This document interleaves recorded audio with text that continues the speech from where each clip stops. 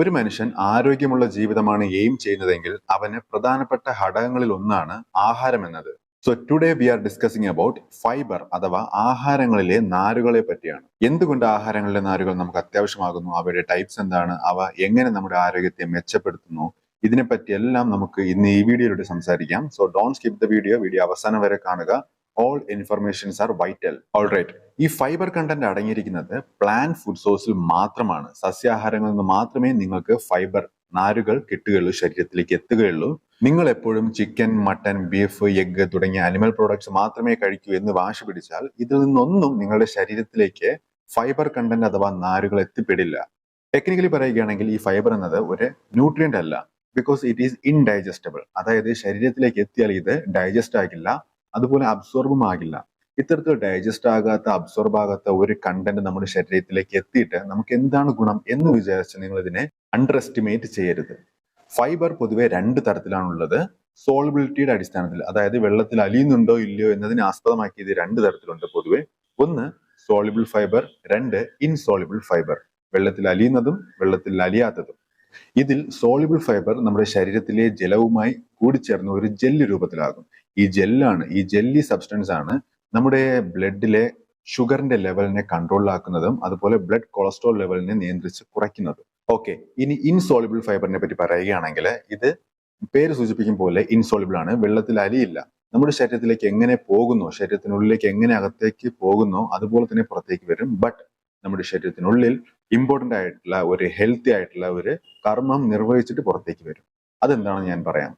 അതായത് ഇത് നമ്മുടെ സ്റ്റൂൾ അഥവാ മലത്തിന് ഒരു ബൾക്ക്നെസ് കൊടുക്കും. ഇത്തരത്തിൽ ബൾക്ക്നെസ് കൊടുക്കുന്നത് കൊണ്ട് തന്നെ നമ്മുടെ ശരീരത്തിൽ നിന്ന് പുറന്തള്ളപ്പെടേണ്ട ആ മലവിസർജനങ്ങളെല്ലാം ശരീരത്തിൽ നിന്ന് സ്മൂത്തായി പുറന്തള്ളപ്പെടും. ഇതുവഴി കോൺസ്റ്റിപ്പേഷൻ അഥവാ മലബന്ധം നമുക്ക് തടയാം. അപ്പോൾ ഇവിടെ തന്നെ ഒരു ഹെൽത്ത് ബെനിഫിറ്റ് കിട്ടി, ദാറ്റ് ഈസ് ഡൈജസ്റ്റീവ് ഹെൽത്ത്, ദഹന വ്യവസ്ഥയുടെ ആരോഗ്യത്തിന്. വേണമെങ്കിൽ ഒരു ഫൈബർ കൂടെ ഉണ്ടെന്ന് പറയേണ്ടി വരും, അതാണ് പ്രീബയോട്ടിക്.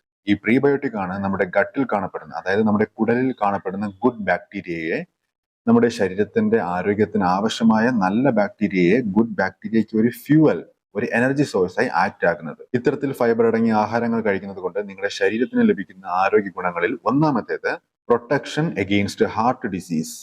നമ്മൾ നേരത്തെ പറഞ്ഞു സോളിബിൾ ഫൈബർ നിങ്ങളുടെ ബ്ലഡിലെ കൊളസ്ട്രോൾ ലെവൽ കുറയ്ക്കുമെന്ന്. ഈ ഹാർട്ട് ഡിസീസ് ഉണ്ടാകുന്നതിന്റെ റിസ്ക് ഫാക്ടേഴ്സ് ആണ് ഈ LDL അതുപോലെ ടോട്ടൽ കൊളസ്ട്രോൾ ഒക്കെ. നമ്മൾ ഫൈബർ അടങ്ങിയ ആഹാരം കൂടുതൽ കഴിക്കുമ്പോൾ ഈ ഫൈബർ ബ്ലഡിലെ കൊളസ്ട്രോൾ ലെവലിനെ കുറയ്ക്കും, അതുവഴി ബ്ലഡ് കൊളസ്ട്രോളിനെ കൺട്രോൾ ചെയ്യും. ഇത്തരത്തിൽ നമുക്ക് ഹാർട്ട് ഡിസീസ് ഉണ്ടാകുന്നതിന്റെ സാധ്യത കുറയ്ക്കാനും ഹൃദയത്തിന്റെ ആരോഗ്യത്തെ മെച്ചപ്പെടുത്താനും സാധിക്കും. Number 2, better gut health. പൊതുവെ നമ്മുടെ ഗട്ടിനെ സെക്കൻഡ് ബ്രെയിൻ ആയിട്ടാണ് കണക്കാക്കുന്നത്.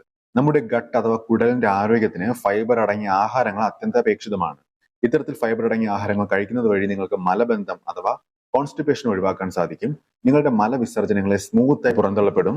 ഗട്ടിൽ കാണപ്പെടുന്ന ഗുഡ് ബാക്ടീരിയയുടെ വളർച്ചയെ എൻകറേജ് ചെയ്യും. 2009 ഒരു ഗവേഷണത്തിലൂടെ മനസ്സിലാക്കിയത് ഗ്യാസ്ട്രോ ഇൻഡസ്റ്റൈനൽ ഡിസീസിനൊക്കെ ഇത് നല്ലൊരു പരിഹാരമാണെന്നാണ്. കുറച്ച് ഉദാഹരണങ്ങൾ പറയുകയാണെങ്കിൽ, 1 കോളോറക്ടൽ ക്യാൻസറിനെതിരെ, 2 ഹെമറോയിഡ്സിനെതിരെ, number 3 decrease the diabetic risk.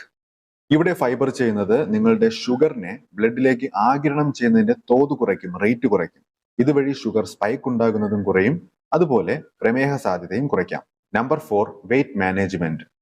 ഇവിടെ ശരിക്കും നടക്കുന്നത് ഫൈബർ അടങ്ങിയ ആഹാരങ്ങൾ അധികം കഴിക്കുമ്പോൾ നമുക്ക് കൂടുതൽ സമയത്തേക്ക് ഒരു തൃപ്തി ഉണ്ടാകും, ആഹാരം കഴിച്ചതിന്റെ ഒരു ഫീലിംഗ് ഓഫ് ഫുൾനെസ് ഉണ്ടാകും.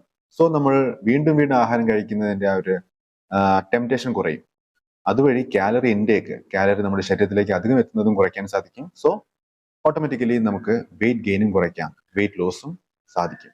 ഫൈബറിന്റെ DRB, ഡെയിലി റെക്കമെൻഡഡ് വാല്യൂ എന്നത് അഡൽട്ട് മെയിൽസിന് ഇത് 25 ഗ്രാംസും അഡൽട്ട് ഫീമെയിൽസിന് ഇത് 38 ഗ്രാംസുമാണ്. ഫൈബർ നല്ല രീതിയിൽ അടങ്ങിയ ആഹാരങ്ങളെ പറ്റി സംസാരിക്കുമ്പോൾ നമുക്ക് പറയാൻ സാധിക്കുന്നത് ചിക്ക് പീസ്, പയർവർഗ്ഗങ്ങൾ, avocado, berries like blackberries, raspberries, almond, orange, ഇത്തരത്തിൽ ഒരുപാടുണ്ട്.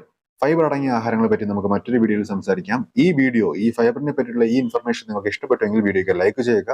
ഈ ഇൻഫർമേഷൻ നിങ്ങളുടെ റിലേറ്റീവ് സർക്കിളോട് ഷെയർ ചെയ്ത് കൊടുക്കുക. നിങ്ങളുടെ വിലയേറിയ അഭിപ്രായങ്ങൾ താഴെ കമന്റ് രൂപത്തിൽ രേഖപ്പെടുത്തുക.